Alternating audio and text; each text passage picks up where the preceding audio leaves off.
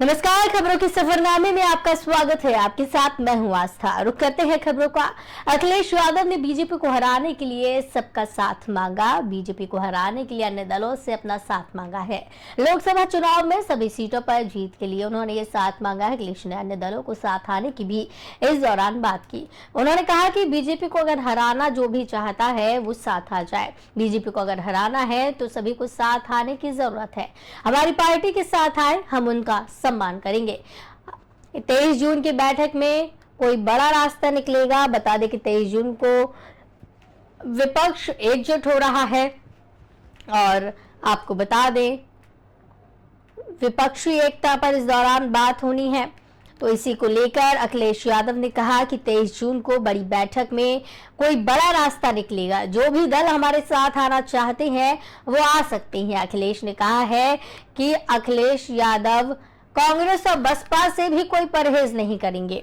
उन्होंने कहा कि अगर बीजेपी को हराना चाहते हो, जो भी बीजेपी के खिलाफ है वो हमारे साथ आए। तो आपको बताते चले कि अखिलेश यादव विपक्षी एकता पर अब बात कर रहे हैं। लोकसभा चुनाव में बीजेपी को हराने की बात कर रहे हैं। अखिलेश यादव ने एकजुट होने की बात की है बीजेपी के खिलाफ।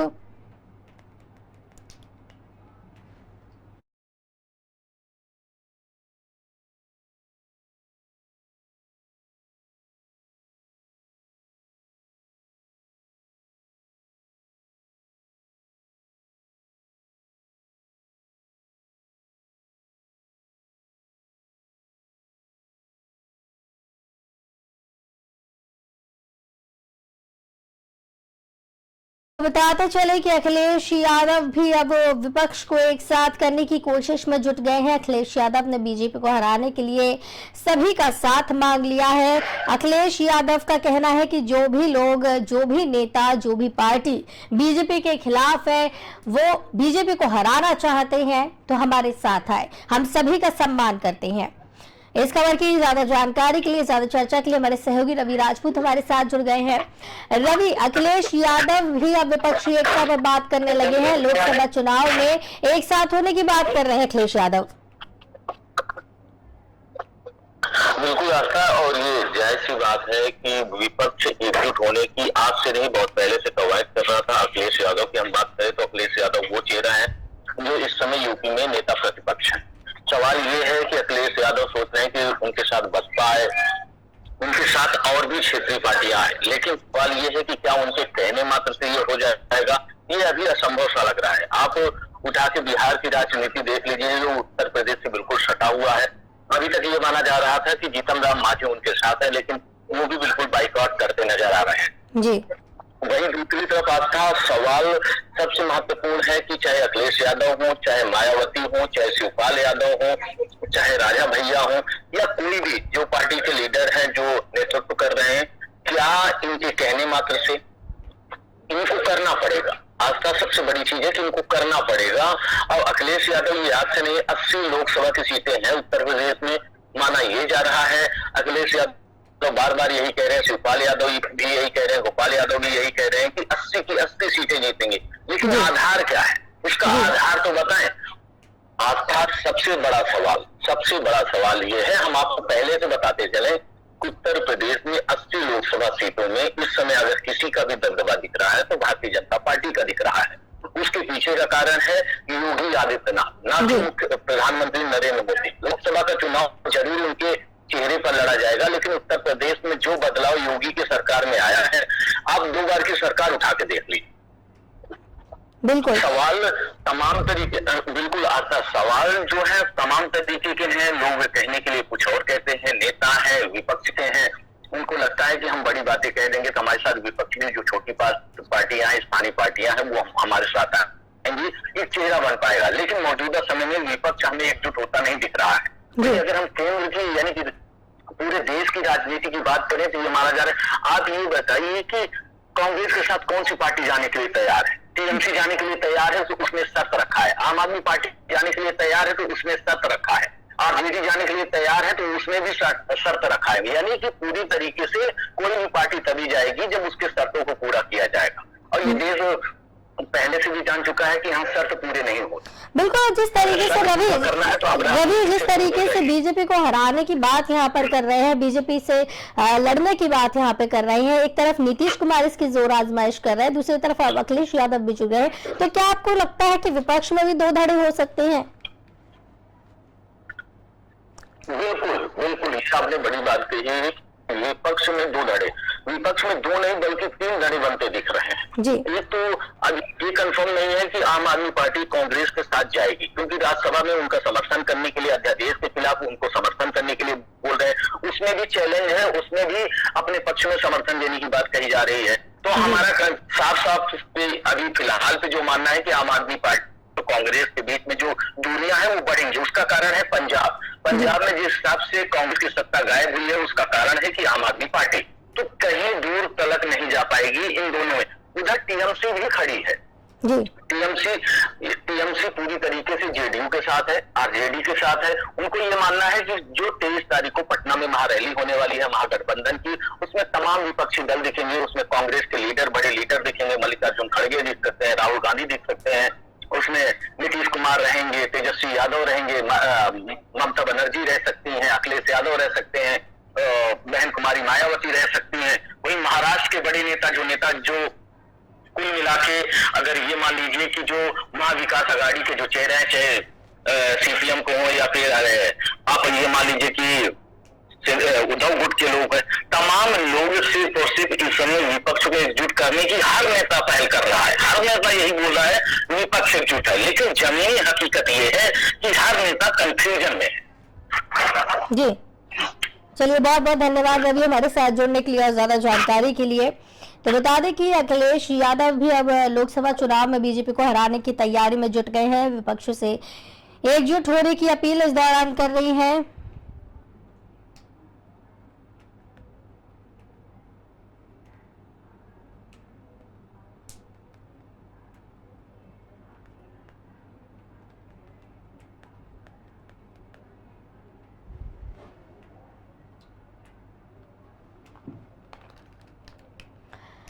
तो वही आपको बताते चले कि जिस तरीके से अमरोहा में कांवड़ यात्रा को लेकर प्रशासन अलर्ट नजर आ रहा है, तो वहीं पूरे उत्तर प्रदेश में भी अलर्ट जारी कर दिया है। वहीं डीएम ने ब्रजघाट और तिगरी गंगा धाम का भी इसी के चलते निरीक्षण किया है।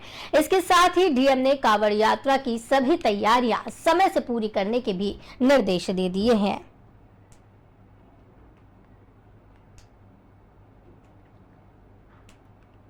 तो आपको बताते चले कि कांवड़ यात्रा को लेकर प्रशासन अलर्ट हो गया है, पूरे उत्तर प्रदेश में इसके अलर्ट जारी कर दिए हैं। खासकर अमरोहा की अगर बात करें, अमरोहा में कांवड़ यात्रा को लेकर प्रशासन अलर्ट हो गया है, जल लाने के लिए अलर्ट जारी कर दिया गया है, प्रशासन को तैनात किया जा रहा है, पुलिस को अलर्ट किया जा रहा है, जल लाने के लिए श्रद्धालुओं को कोई परेशानी ना हो, इसके डीएम ने निर्देश दिए हैं। डीएम इस पे तत्पर नजर आ रही हैं। अमरोहा में कांवड़ यात्रा को लेकर प्रशासन अलर्ट हो गया है। डीएम ने ब्रजघाट और तिगरी गंगा धाम का निरीक्षण किया है। जल लाने वाले श्रद्धालुओं को कोई भी परेशानी ना हो, इसका ध्यान रखा जा रहा है।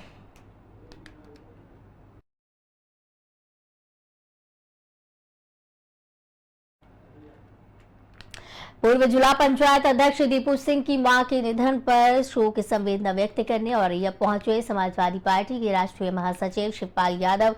पूर्व कैबिनेट मंत्री लोक निर्माण यूपी शिवपाल ने बीजेपी सरकार पर हमला बोला है। तो आपको बता दें कि बीजेपी पर जमकर निशाना साधा है। पूर्व कैबिनेट मंत्री लोक निर्माण शिवपाल ने बीजेपी सरकार पर हमला बोला है और कहा है कि बीजेपी के मंत्री विधायकों में विभागों में किसी भी चपरासी का ट्रांसफर कराने की हैसियत भी नहीं है। यादव तंज कसते हुए कह रही हैं कि कोई भी इस दौरान पावर उनके पास में नहीं है। महासचिव शिवपाल यादव औरैया पहुंचे और औरैया पहुंचकर उन्होंने बीजेपी पर जमकर निशाना साधा है। बीजेपी पर निशाना साधते हुए कहा है कि बीजेपी के विधायकों में किसी भी प्रकार की कोई भी पावर नहीं है।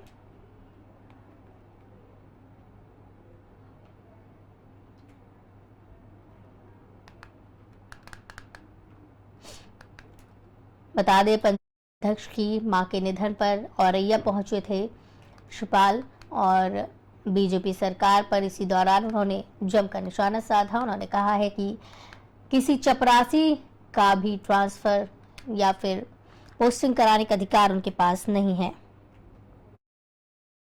100 संवेदना, युवा में भी 100 संवेदना और फिर घूम ही रहे हैं। वही बीते दिन केशव प्रसाद मौर्य ने समाजवादी पार्टी को गुंडों की पार्टी बताई, इस पर क्या कहना चाहेंगे, क्या बयान देना चाहेंगे? बड़बोले हैं, उनका कोई काम तो है नहीं, विभाग में कोई काम है नहीं और ये पूरी सरकार, पूरे मंत्री विफल। देख ही रहे हो, महंगाई, भ्रष्टाचार चरम सीमा पर, और ये विभागों में ट्रांसफ़र एक चपरासी का नहीं करा सकते। ये तो हैसियत मंत्री की, बड़बोलेपन की बातें करते हैं। वही भारतीय जनता पार्टी अपराध मुक्त की बात कर रही है, बीजेपी के सांसद जो हैं। पूरे प्रदेश में बिजली का क्या हाल है, स्वास्थ्य सेवाएं का क्या हाल है, डॉक्टर नहीं, डॉक्टर है तो दवाएं नहीं। तो बाराबंकी शहर में रहने वाले लोगों को सुविधा के लिए परिवहन मंत्री दयाशंकर सिंह ने पिछले दिनों एक आदेश जारी किया था। परिवहन मंत्री ने लखनऊ से पूर्वांचल की ओर जाने वाली सभी बसों को बाराबंकी शहर से होकर जाने का आदेश दिया था। दरअसल लखनऊ से पूर्वांचल की ओर जाने वाली बसें लखनऊ अयोध्या हाईवे पर मिलती थी, वो बाराबंकी शहर के अंदर से होकर नहीं गुजरती थी। बाराबंकी शहर से निकलने वाले यात्रियों को 2-3 किलोमीटर दूर जाकर बस को पकड़ना पड़ता था। यात्रियों को हो रही असुविधा को देखते हुए परिवहन मंत्री ने लखनऊ से पूर्वांचल की ओर जाने वाली सभी बसों को बाराबंकी शहर से होकर गुजरने के आदेश दिए थे। मंत्री के आदेश के बाद भी कुछ बसें शहर से होकर नहीं गुजरती थी। हाईवे से सीधे निकलने वाली बसों की निगरानी के लिए 3 कर्मचारियों की शिफ्टवार ड्यूटी लगाई गई है। तो बता दें कि बाईपास से होकर बस निकल रही है। मंत्री के आदेश पर भी बसें अंदर नहीं आ रही हैं। मंत्री के आदेशों की धज्जियां उड़ाई जा रही हैं। यहाँ पर परिवहन मंत्री ने लखनऊ से पूर्वांचल की ओर जाने वाली सभी बसों को बाराबंकी शहर से होकर जाने के आदेश दिए थे, लेकिन इन आदेशों की धज्जियां उड़ाते हुए यहाँ पर देखा जा रहा है। दरअसल लखनऊ से पूर्वांचल की ओर जाने वाली बसें लखनऊ अयोध्या हाईवे पर मिलती हैं, वो बाराबंकी शहर के अंदर से होकर नहीं गुजरती हैं। बाराबंकी शहर से निकलने वाले यात्रियों को 2 से 3 किलोमीटर दूर जाकर बस को पकड़ना पड़ता था। यात्रियों को हो रही असुविधा को देखते हुए परिवहन मंत्री ने लखनऊ से पूर्वांचल की ओर जाने वाली सभी बसों को बाराबंकी शहर से होकर गुजरने के आदेश दिए थे। मंत्री के आदेश के बाद भी कुछ बसें शहर से होकर नहीं गुजरती थीं। हाईवे से सीधे निकलने वाली बसों को निगरानी के लिए 3 कर्मचारियों की शिफ्टवार ड्यूटी भी लगाई गई है, लेकिन बाराबंकी में मंत्री के आदेशों पर अभी भी ध्यान नहीं दिया जा रहा है। अभी भी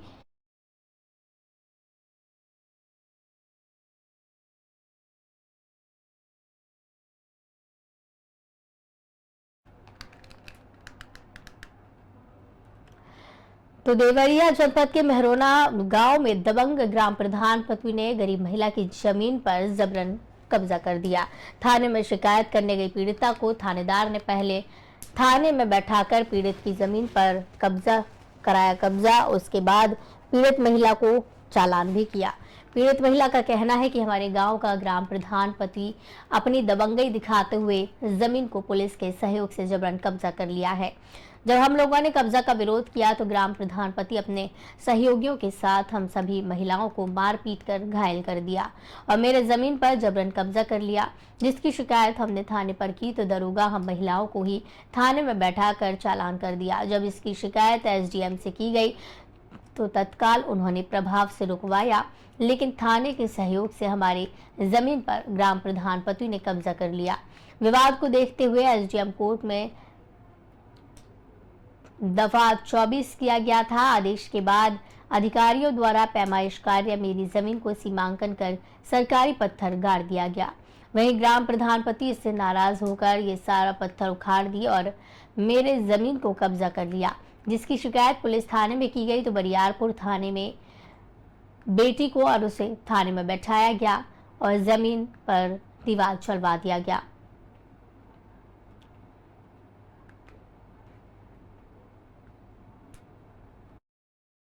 शिवंती कुशवाहा। क्या हुआ था?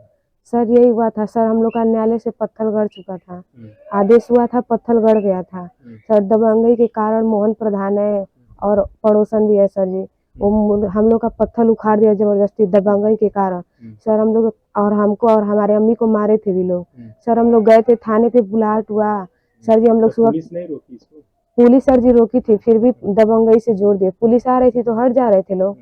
पुलिस एक को उठा कर भी ले गई थी सर। कैसे उठाकर पुलिस ले गई थी कि फिर भी एक जो मिस्त्री बच्चा था वो जोड़ रहा था। फिर हम लोग सर, तहसील दिवस था कल, शनिवार था, फिर भी हम लोग सर जी गए तहसील में से, फिर नायब सर से कहे, फिर पुलिस आई, फिर भी उसके बावजूद भी जोड़े सर। कैसी प्रशासन है, प्रशासन किस चीज पे है कि सर बार बार ये जो कानपुर में पुरानी रंजिश के चलते युवक की गला दबाकर हत्या कर दी गई। क्रिकेट खेलने के दौरान हत्यारे ने इस घटना को अंजाम दिया। युवक की मौत से परिजनों का रो रोकर बुरा हाल है। शव को पोस्टमार्टम हाउस भेज दिया है। हत्यारे की तलाश में पुलिस जुटी हुई है। घाटापुर कोतवाली क्षेत्र के रहठी खालसा गांव की ये पूरी घटना बताई जा रही है। बता दें कि कानपुर में युवक की गला दबाकर हत्या की गई। पुरानी रंजिश के चलते यह हत्या हुई है। क्रिकेट खेलने के दौरान इस घटना को हत्यारे ने अंजाम दिया और पूरे मामले की जांच में पुलिस जुटी हुई है।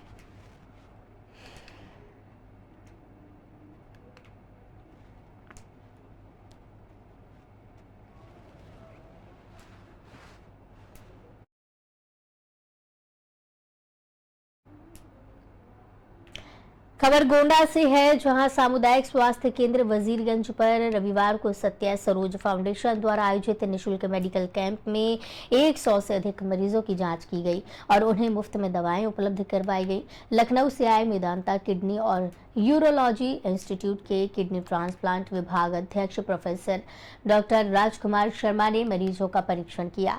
ये जानकारी देते हुए फाउंडेशन के संस्थापक अध्यक्ष वर्षा सिंह ने बताया कि जिले के जरूरतमंद और आर्थिक तंगी के कारण मेदांता जैसे बड़े अस्पतालों में इलाज कराने में अक्षम लोगों की जरूरत के लिए भविष्य में भी निःशुल्क कैंप लगाते रहेंगे।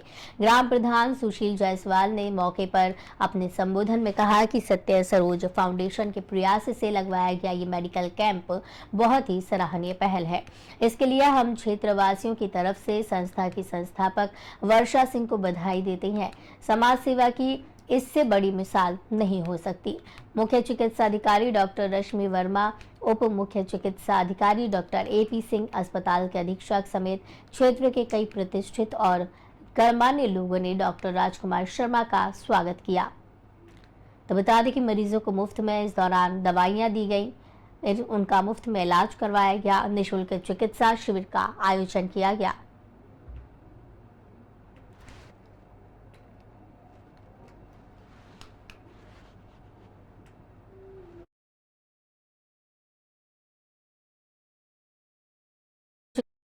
आयोजन किया गया है। सत्य सरोज फाउंडेशन ने यह शिविर लगवाया है।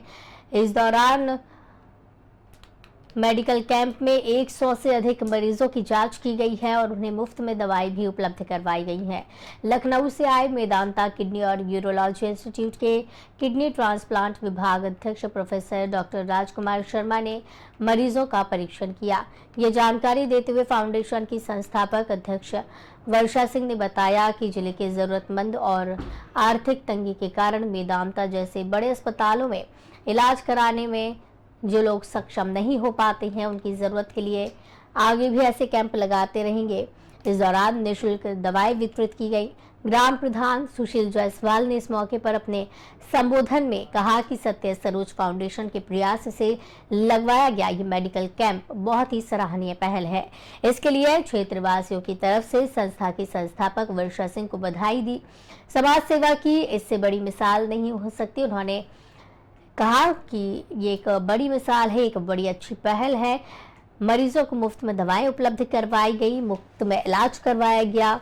मुख्य चिकित्सा अधिकारी डॉक्टर रश्मि वर्मा, उप मुख्य चिकित्सा अधिकारी डॉक्टर एपी सिंह, अस्पताल के अधीक्षक समेत क्षेत्र के कई प्रतिष्ठित और गणमान्य लोगों ने डॉक्टर राजकुमार शर्मा का स्वागत किया।